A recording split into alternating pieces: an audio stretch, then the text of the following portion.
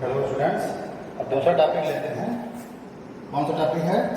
Energy stored in a capacitor. Energy stored in a capacitor. Energy stored in a capacitor. Energy stored. Energy stored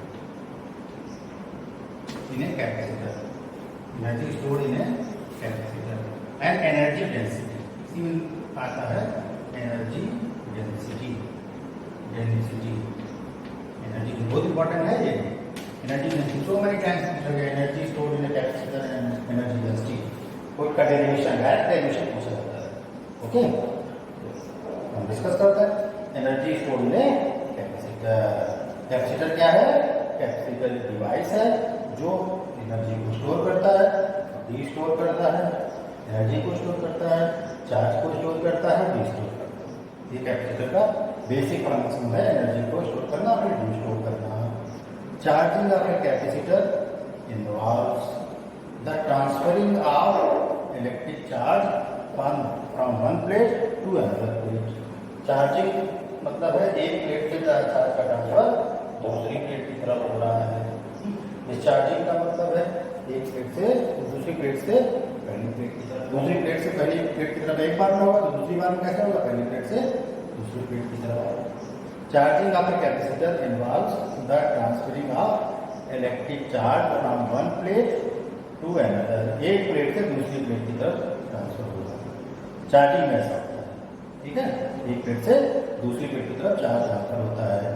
जब charge transfer हो जाएगा, ये plate है, इस पे एक चार्ज है, इधर दूसरी प्लेट है, इस पे एक चार्ज होगा, तो इनके बीच में कोई पोटेंशियल डिफरेंस होगा। अब पोटेंशियल डिफरेंस में जब चार्ज आएगा तो सीधी सी बात है, पोटेंशियल डिफरेंस में चार्ज का मूवमेंट मतलब वर्क डन को जनरेट करना, यानी वर्क डन होना, ठीक है? तो ट्रांसफर होगा चार्ज का तो वर्क डन भी होगा। इसका मतलब कहने की बात ये हो गई, the work done is in charging the capacitor is stored as its potential energy. और ये जो वर्क डन होगा ये कैसे स्टोर हो जाएगा? ये पोटेंशियल एनर्जी के रूप में कैपेसिटर में स्टोर हो जाएगा, ठीक है? अब जब कभी भी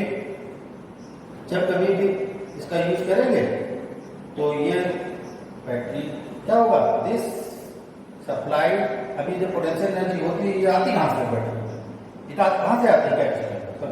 ये कैपेसिटर में पोटेंशियल एनर्जी आती कहां से? ये पोटेंशियल एनर्जी आती है केमिकल रिएक्शन से। कहां केमिकल रिएक्शन है?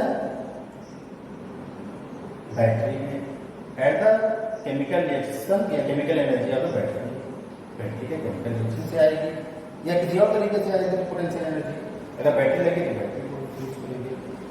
तो ये capacitor is a device to store energy. Charging of a capacitor involves the transferring of charge, electric charge from one plate to another plate.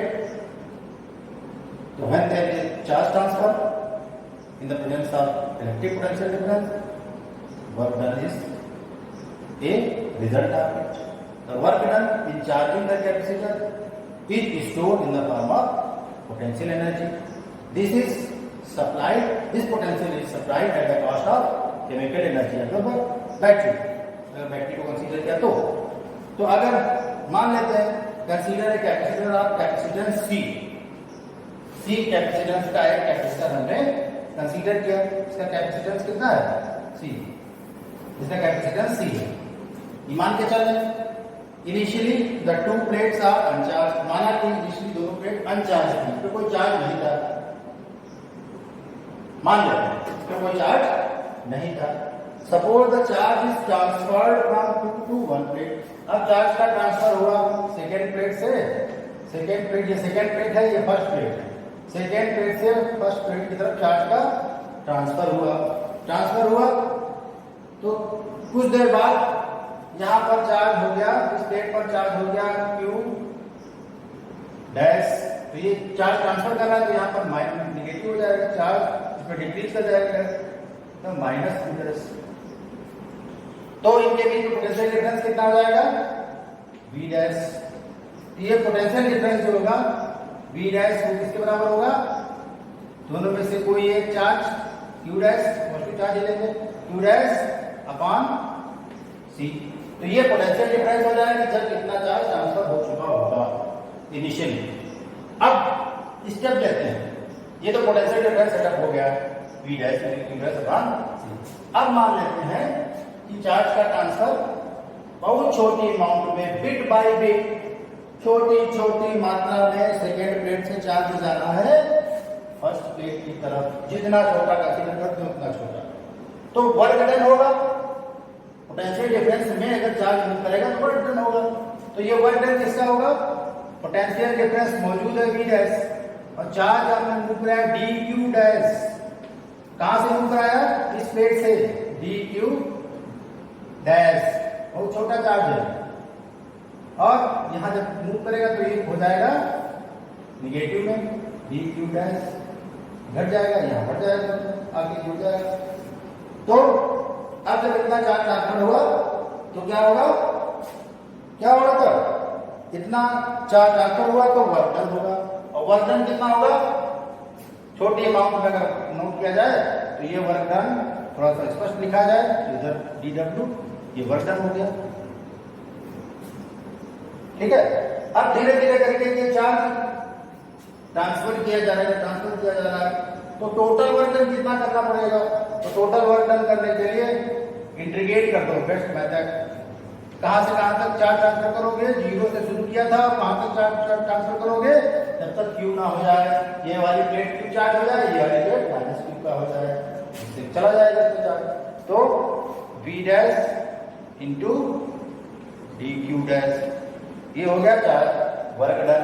तो वर्क डन कितना हुआ? Work done is equal to, अगर इसको आप value रखोगे वैसा तो कितना होगा? Q V dash is equal to कितना होता है? Q dash upon C। अब आप ट्राई पढ़ेंगे dq डैश dq डैश हो जाएगा।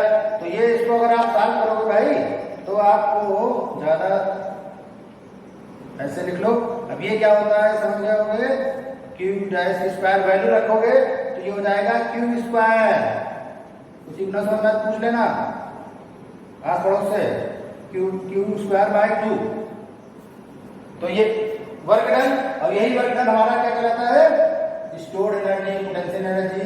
ये होती है हाफ Q स्क्वायर C। ये पोटेंशियल एनर्जी स्टोर होती है U is equal to Q square घट रहे भाई पार्ट 2C, चला मत, Q square part 2C, Q square part 2C। ये आपकी एनर्जी स्टोर हो गई इसमें इतनी अमाउंट की। और इसको लिख सकते हो ऐसे भी, हाफ CV स्क्वायर या हाफ QB। क्या सही लिखा? देखना बच्चे, कर लेना।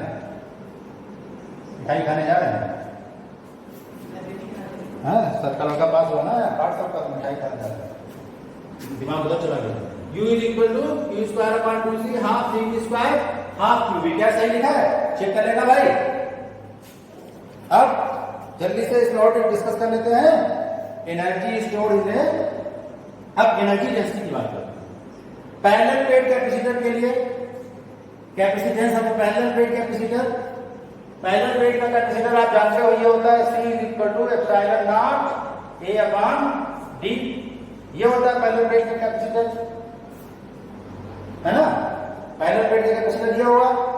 अब इलेक्ट्रिक फील्ड, पोटेंशियल डिफरेंस और इलेक्ट्रिक फील्ड में कोरिलेशन होगा क्या? पैरेलल प्लेट के बीच में ये कैपेसिटेंस हो गया C इसका, epsilon not A upon D। अब इसके बीच की इलेक्ट्रिक फील्ड जो होती है अभी निकाला था sigma upon epsilon not. Sigma upon epsilon not को लिखते हैं Q upon A epsilon not ना भाई, ये लिखेंगे। तो क्या जुगाड़ बनेगा यहां से? अब हम क्या करें? Q की वैल्यू यहां से निकालें। Q is equal to A epsilon not E square, और इस वाले फार्मूले में रखते हैं। ये वाली वैल्यू किधर हो गई? इधर से Q मिला, Q कितना मिला? A epsilon not E square. और झट से इसमें रख दीजिए एनर्जी डेंसिटी। एनर्जी में, एनर्जी वाले फार्मूले में रख दीजिए A square epsilon naught square B square यार ई स्क्वायर पहले लिखिए ई स्क्वायर अपॉन 2c सी कितना है epsilon not A upon D D चला गया ऊपर है ना ऊपर नहीं बिल्कुल नहीं तो u is equal to A cancel epsilon epsilon cancel हो जाना तो क्या बचा half epsilon not A D E square ये बचा हुआ। अब वास्तव में एनर्जी डेंसिटी क्या होती है energy stored in a parallel plate capacitor per unit area समझ गया ना energy stored in a parallel plate capacitor per unit volume area बोला तो U upon capital U upon A D इसको स्मॉल u से कहते हैं रिप्रेजेंट करते हैं और इसी को हम कहते हैं energy density half epsilon not E square. तो एनर्जी डेंसिटी बहुत इंपॉर्टेंट बात बोला है कई बार सीरियसली कहा है हम तो भूल भी गए कितनी बार तो small u is equal to half epsilon not E square half epsilon not E square ये एनर्जी डेंसिटी का फार्मूला हो गया energy density in a parallel plate capacitor बहुत इंपॉर्टेंट टॉपिक है इसको पढ़ने ना नहीं कर भी आता है ठीक है नमस्कार।